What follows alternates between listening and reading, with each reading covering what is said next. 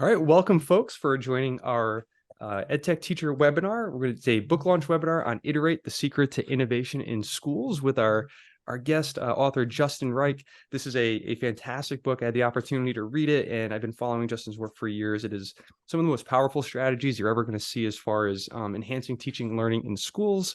As far as a quick intro, Justin Reich started his career as a high school history teacher and is now an associate professor at MIT and the director of the Teaching Systems Lab. He's also the author of Failure to Disrupt: Why Technology Alone Can't Transform Education. He earned his doctorate from the Harvard Graduate School of Education, and he is also the co-founder of EdTechTeacher. So with that, I'm going to, well, first of all, welcome everybody. Thanks so much for joining. And thank you so much, Justin, for leading our webinar. Thank you. Thanks for having me, Tom. Thanks everybody for joining. Great to see some friendly faces. Yeah, this is a book that comes from 15 or so years working with schools, trying to help them get better, mostly with EdTechTeacher, and mostly through the process of having schools adopt technologies of various kinds and trying to help them do that. So, I was with EdTechTeacher from its so core years. I was really very involved. 2007 to 2017, there were a lot of technology adoptions that happened during that period. There were schools that got laptop carts, that got one-to-one programs, that got tablets, that got Chromebooks. Visited and worked with many schools that bought a lot of computers and computing devices. And every time I visited a school where there were computers and computing devices, you could always find pockets of excellence. You could always find particular places where really extraordinary things were happening, where you went and saw teaching that just wouldn't be possible without technologies, where it made the hair stand up on the back of your neck. But there are a lot of places that you could visit that made big investments in technology, where maybe everybody had computers, but things didn't seem to change that much. The practices of traditional education just got sort of ported. I mean, I remember visiting one of the first schools that bought iPads for all of their students and asking the students, what was your favorite app? What's your favorite thing to do with the iPads? We love Evernote. We really love taking our note. We used to have to carry around 5 notebooks. Now we just have 1 notebook and we take all our notes in there. I was like, well, I mean, that's fine, but like $800 a kid so that you can consolidate your paper notebooks is like probably not the investment that we're looking for. So the question that I was always trying to ask with Tom DeCord, my co-founder, was what was happening in the places where instruction did really get different, where schools really did change in one form or another. And how is that different from the places that brought in new tools? And it didn't just have to be technology, but it could be any kind of new strategy. All the stuff that's happening with the science of reading now, or with MTSS, or any of these other kinds of innovations. Like, why do some things just show up in pockets, and why do they spread and scale? So that is what the question the book is really trying to answer. And I'll tell you about how I think about the answer to that question now over the course of the next 20 minutes or so. But the heart of it really is that when things change, it's because teacher leaders take some new ideas, they make them work within their classrooms, and they share them with other folks. That is like the single central process by which practices change and move throughout schools. There are very few schools I think you can visit where they would say, we made this decision in 2016 and things really changed and we never went back. There are many more places where you could say things got better, and they got better because we kept working on a few things over and over again, year after year. So the way Iterate is organized is there are 3 sections of the book, sort of 3 strategies for think about continuous improvement in schools. The first is the cycle of experiment and peer learning. And it, for me, describes just descriptively, in schools where changes occur and they don't just happen in 1 or 2 places, but they really spread and scale throughout an institution. What does that look like? The second section of the book is called Design Thinking for Leading and Learning. A thing I'll talk about in a minute is that when schools change, it is almost always driven in major parts by teachers trying new things. That is an essential part of change, is teachers being willing to conduct experiments. And I think we can help teachers, and we can also help school leaders and other people in school communities get better at conducting those experiments. In particular, there's a lot of stuff that we've learned in industry, from software engineering, from other kinds of changes outside of schools that might be helpful inside of schools for leading experimentation and change. And then the third section of the book is the collaborative innovation cycle. And the idea there is experimentation is good, but if everybody's experimenting in 1,000 different directions, it's actually hard to all get better at once. And so part of what you need to do is you're kind of harnessing all of this experimentation is to try to help people pull their oars in similar directions. And so that's what the collaborative innovation cycle is about. Each section of the book has 2 chapters. The first chapter is kind of like, here's what this is all about, thinking about the framework and the big ideas in there. And the second chapter is very action-oriented and very hands-on. It's things that you could do with your colleagues, with your faculty, with your school leadership, with your students, with your community, to make progress in any of these dimensions. And there are, activities that I would do them with students or with teachers or with leaders, right down to like, here's the script that I have for this activity for doing the debrief and things like that. I hope that people who read the book feel like, oh, this is a thing that I could try, that I could put in practice on Monday to try to do things a little bit differently. So let me talk through these 3 pieces. This is a slide from 2011. This is a relatively early EdTechTeacher slide and branding. So I like to share it. It's not the very earliest. I did a talk not that long ago where I had some 2008 slides, which were like truly terrible. But this is, you can see the like little mouse there, and then everybody bought tablets and computers with trackpads, and the mouse seemed a little silly. But this is an old one. I was visiting a school in Southern California for some research I was doing. And it was shortly after Google Docs was adopted. And this school had really made some progress in changing their writing instruction. They had students writing collaboratively. They were doing peer feedback. They had more iterative cycles of drafting and student feedback and teacher feedback. It wasn't just in a couple of classrooms. It was in the 6th grade, the 7th grade, the 8th grade. It was in the math, the history, the English, the social studies. Wow, this is one of these like relatively rare places that I visit where it seems like things are pretty different, where these folks have like not only made some technology adoptions, but they're really changing instruction, building wide in some cool ways. There were not a lot of places that I visited where you have the sense of like, wow, you all kind of pulled this together. This is cool. And so then I was asking the teachers, how does your principal support this? Like, how's your principal helping all this happen? For whatever reason, when I was introduced to the school, I was mostly talking to teachers, not coming in through the school leaders. And one of them said, the principal, oh, I don't think he knows what we're doing. And I go, what? This is one of the only schools I've visited on my tour of schools all across the country. They're doing technology adoption. One of the only places where I'm really seeing, not just the adoption of technology, but the real change in pedagogical practices. And you're telling me that like the principal is just happily hiring subs and making sure the buses run on time and doing whatever it is that principals do. And, they're kind of like, yeah, I guess basically. And that was really important to me. That was an important insight. Great. We got some muting there. And it was important because it highlighted for me how absolutely essential teacher leadership is to change in schools. You can actually, within faculty communities, make some pretty substantial progress in improvements in teaching and learning with the benign neglect of leadership. And you can't do it without teacher leadership. The only people we have enough of in school systems to make the kinds of granular changes that are needed. I mean, you can buy a bunch of computers, you could buy a bunch of new software for a whole group of faculty, but how then do you improve learning in a 6th grade earth science class, in a 8th grade algebra class, in a 7th grade Spanish class, in an art class, in a PE class, whatever it is? The only, there are not enough instructional coaches and principals and whoever else in buildings to make those kinds of changes. The only people we have enough of to do that work are teachers. Teacher leadership is absolutely essential to any kind of innovation, which is going to improve learning for students. There's some things you can do, you can like improve the busing and the cafeteria and a few other things without teachers. But if you actually want student learning to improve, it almost always involves the leadership of teachers. Even when you see something that appears like it's coming from top down, in the United States, there are a bunch of statewide, district-wide initiatives around science of reading kinds of things. And it's sort of, there is a way that there's some important top-down leadership that's happening there. But if you were to look under the ground, the vast majority of teachers are patient pragmatists.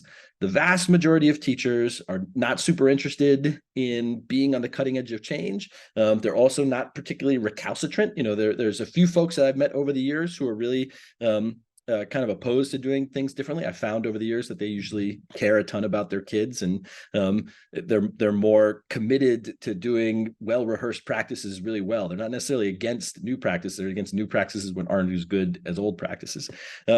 But the vast majority of teachers are like, man, these initiatives come and go. Our superintendents change every few years. Our principals change every few years. Like, we're just going to wait and see if there's teachers like me who are seeing some positive changes. And so teacher leadership, that small cohort of teachers with any new initiative who are willing to try new things are really essential to having those practices be adopted in all the different contexts, all the different grade levels, all the different classrooms that we serve. And then this is another slightly font updated, but classic EdTechTeacher early days slide. If you go ahead and ask communities of teachers, who is it that has the most impact on your practice? Who is it that influences you when you change your pedagogy? And as the co-founder of EdTechTeacher, I really hoped that people said things like educational consultants and outside experts and instructional coaches. And it turns out they don't say that. Principals and superintendents, I'm sure, would like school leaders to be on there. It turns out they don't say that. The overwhelming answer to this question is other teachers. The first research that I read with this is a 2009 paper by John Diamond called Where the Rubber Meets the Road, but it's been replicated in other kinds of findings as well. Teachers primarily change their practice in response to other teachers. If you put these sort of two slides together, you get like the key insight for any kind of change you're trying to lead. If you want something new and better to happen in classrooms, it's going to be because some teacher takes that idea and adapts it to their local context. And the most likely way for that new and better idea to spread is through peer-to-peer learning among faculty. Every continuous improvement challenge that has to do with learning in schools is actually a peer learning problem. That is the central exercise of spreading and scaling change in schools, is having teachers have a chance to learn from one another. So these got formalized in a set of ideas that I call now the cycle of experiment and peer learning. That in any community, there are always a small number of people who are willing to conduct experiments. I liken this to the merry-go-round. Like, the classroom is the merry-go-round. When you're on the merry-go-round, you're moving around. That is where all of the action is. Teachers then talk to one another in small, informal kind of ways and get to share, and other people get excited and they get willing to kind of jump on the merry-go-round. And then from those peer learning opportunities, more people have a chance to plan and strategize, and they say, okay, we're going to jump on the merry-go-round too. And you want to try to keep this what the rest of us are doing, folks who are teachers, teacher leaders, all teachers are teacher leaders in some ways. They're the folks with their students on the merry-go-round. This is like actually where the action is in schools. Those of us who are outside consultants, our job is to spin the merry-go-round. Our job is to be on the edge, grabbing the bars and running, slapping the bars as they go around, trying to make that merry-go-round spin as joyfully, as collaboratively, as efficiently, as unroadblockedly as possible. And there's lots of things that we can do to support that. And the book has a bunch of really specific, concrete ideas about that. We can create a research and development budget for our teachers so they have the time and space and resources to try new things. We can create structured conditions for peer-to-peer learning that include things like instructional rounds or looking at student work. We can create institutional spaces for learning. This is a picture that is inspired by how the Peel School Board in Ontario kicks off their school year. They have a school built around a giant hallway. They have a big atrium in the middle, and on the sort of pre-service day, the pre-kickoff day to school, they have a big buffet lunch in the atrium, and everyone goes and fills their plates with lunch. And then about a quarter of the teachers line the giant hallway with tables. And they have like a teaching fair where they show their new lessons and their new strategies and their new units and the new 3D printer in the makerspace and the new software using. And the faculty just walk up and down for the afternoon, talking with their colleagues, learning what they're excited about for the year. And then something we'll talk about more just in a couple minutes is if you have lots of experimentation, it is most powerful if you can convince people to have that experimentation kind of happening in a shared direction. If there's an overall goal that lots of different teachers can see themselves fitting in. So for me, this is like the essential model of how schools change. That as leaders, we can bring new ideas, we can encourage, we can provide support, we can seed change, but ultimately, teachers have to decide that they want to implement new ideas in their classroom, and they are most likely to do that when they learn and share those new ideas with their colleagues. So if you're excited about having experimentation happen in schools, then tools like human-centered design can be really helpful for that. The flavor in my lab that we developed of human-centered design is called Design Thinking for Leading and Learning. It is in part inspired by changes that are happening in the rest of society. In the 20th century, when we decided that we wanted a whole lot of electricity, we built a giant dam. We found the biggest river we could. We put a giant dam in the middle of it, like a huge national infrastructure project. When you plan these big, massive infrastructure projects, you have a feasibility study and some blueprinting, and you pull together design teams, and you test some ideas, and you build them, and then you run the thing.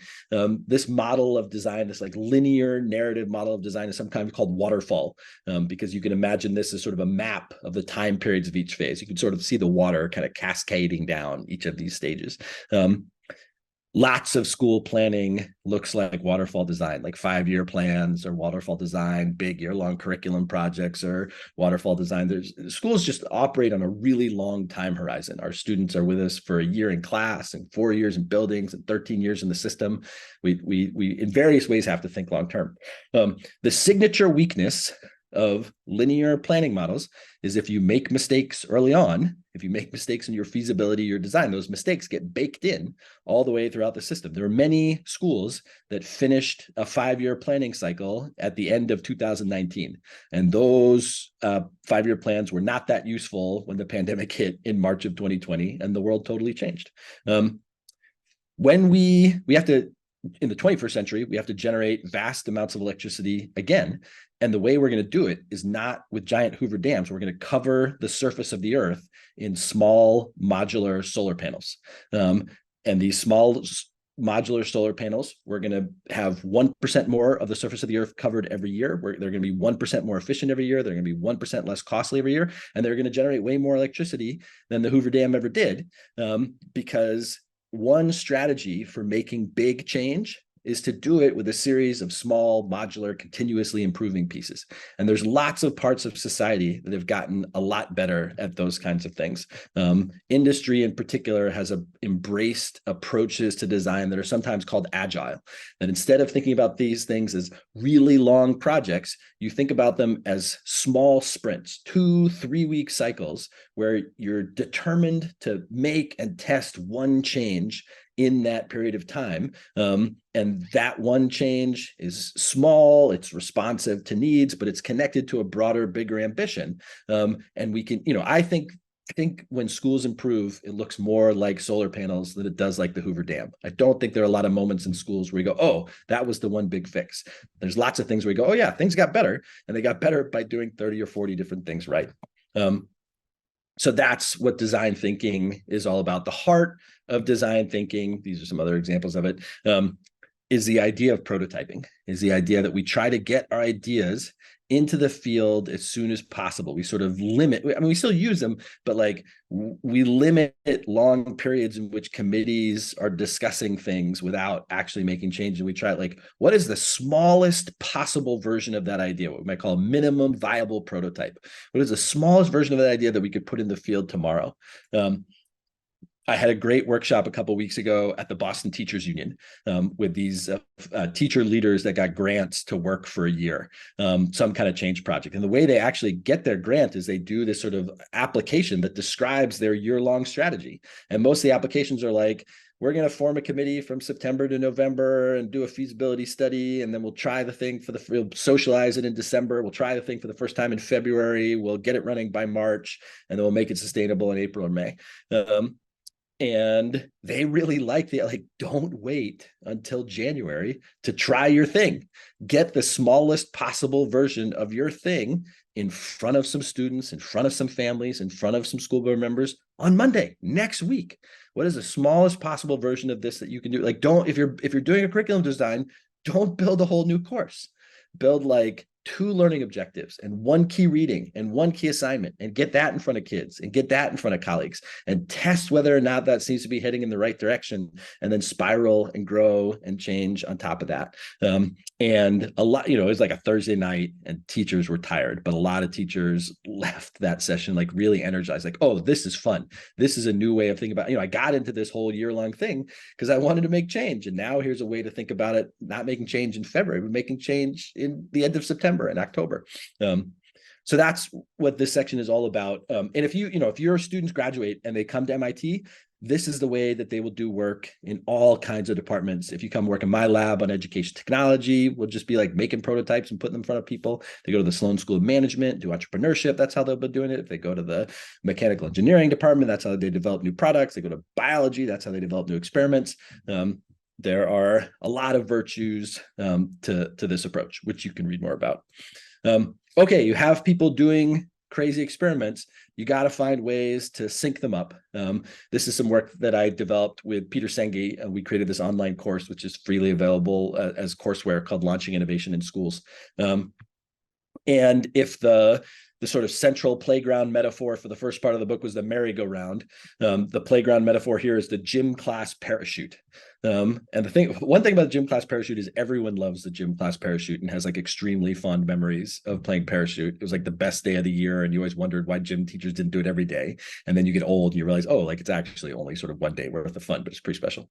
But the thing about a gym class parachute is what makes it fun is everyone agrees to do some things together. You all grab the edge of the parachute, you all flip it up, you sit it down, you put it under your tuchus, you sit down, and then there's all kinds of individual play you can do. There's all different kinds of games you can do, conversations, whatever else it is, but there's a sort of shared agreement that part of this we're going to do together. And that's the sort of spirit of the collaborative innovation cycle, is like, how do you help people pulling their oars in a similar direction? The heart of it is you bring people together around ideas they care about. Schools are what sociologists call loosely coupled institutions. Teachers have extraordinary capacity to resist innovation. So the best way to get them involved in innovation is to pick things that they're really excited about, that they really value, that are really important to them, or take the things that you care about and figure out how it connects to the things that they care about that are really important to them. There's an exercise in the book called 4 Questions for Innovation, which I've done with a zillion EdTechTeacher clients, which gets people to talk about like, what is most important to you? What are your signature strengths? What do you value the most? What's going on in school? And how can we make new things feel like they're part of those existing things that we've already made commitments to, rather than one additional thing to do? The second stage is having a bias to action, is refining a vision and getting to work, using all the strategies that I talked about in design thinking and the cycle of experiment and peer learning. There's a framework I use with a lot of schools. This is probably one of the things that like people find most easy to just take and grab and bring into another environment, the someday Monday dilemma. You spend some time thinking about big, ambitious goals, things that will take a couple of years, that will make learning much better, that'll be transformative, evolutionary. But those things, as they're exciting and they're intimidating. So then you say, like, what are we going to do on Monday? What is one concrete step that we can do week after week to bring these new ideas to life and to make sure that we're making steady weekly progress towards these things? And there's more details about how to do that. But the someday Monday dilemma is a way to help, especially teacher leaders, feel like, okay, I've got a prep period and a little bit of discretionary time in the morning and the evening. How am I going to devote that towards making like big, important changes in schools? There's a lot in the book about working together through ups and downs. I heard a George Bernard Shaw quote from an audience member recently that was, I've taught you, and therefore you've learned something, and therefore you've lost something. That every time we change, there's loss. We have to pick up new practices. We have to give up old practice. You can see this a ton in the science of reading stuff going on right now. There is a lot of grieving that early elementary reading teachers need to do to adopt new practices and to say goodbye to old practices. And these designs about change need to have space for people to work through conflicts, to grieve, to say goodbye to old things, even as ideally the overall thrust is like, oh, this is exciting. We're working together and we're doing better. And then measuring progress and adjusting. There were many technology projects that I worked on for years. I would go back years later and be like, how are you doing? And they'd be like, we don't know. we're not measuring. There's no way to tell. And so in a lot of schools, starting the kind of evaluation, you can't get better without feedback. Students know that, teachers know that, and school leaders need to know that too. When we try new things, we got to evaluate whether or not they're working, whether or not student learning is changing, and how we can use evidence of student learning to alter and adjust what we're doing. So the book hopefully is not linear. Hopefully there are lots of places for you to jump in. Any of these 3 cycles, the cycles also, like, they don't have to, I present them in one order, but they can happen at all different kinds of paces. But the heart of them is that we want to make big, ambitious changes in schools, but we want to do it out of a series of small and manageable steps. And there are all kinds of challenges that schools have right now, with grade level readiness and world conflict and chronic absenteeism, all these kinds of things. But a resource that we have is that, as brutal as the pandemic was for teachers, many educators left that with the sense that, like, schools can change. We can do things differently. We don't always do things right when we do things differently. But I did a focus group with a bunch of teachers in Madison, Wisconsin, and they said, we know how to change. We've been changing every 3 weeks for the last 18 months. We know how to change. And my hope for Iterate is that we harness some of that newfound capacity we discovered for how much in schools is actually flexible and contingent, plastic and changeable, and apply that not just during a crisis, but during an ongoing period where we can make schools a whole lot better. So thanks a ton to Gail and Tom for having me. And if people, we got a couple minutes here, and then we all got to bounce back to our families and things like that. Go ahead and buy the book. If you buy the book and you like it, leave a review. That's super helpful when folks do that.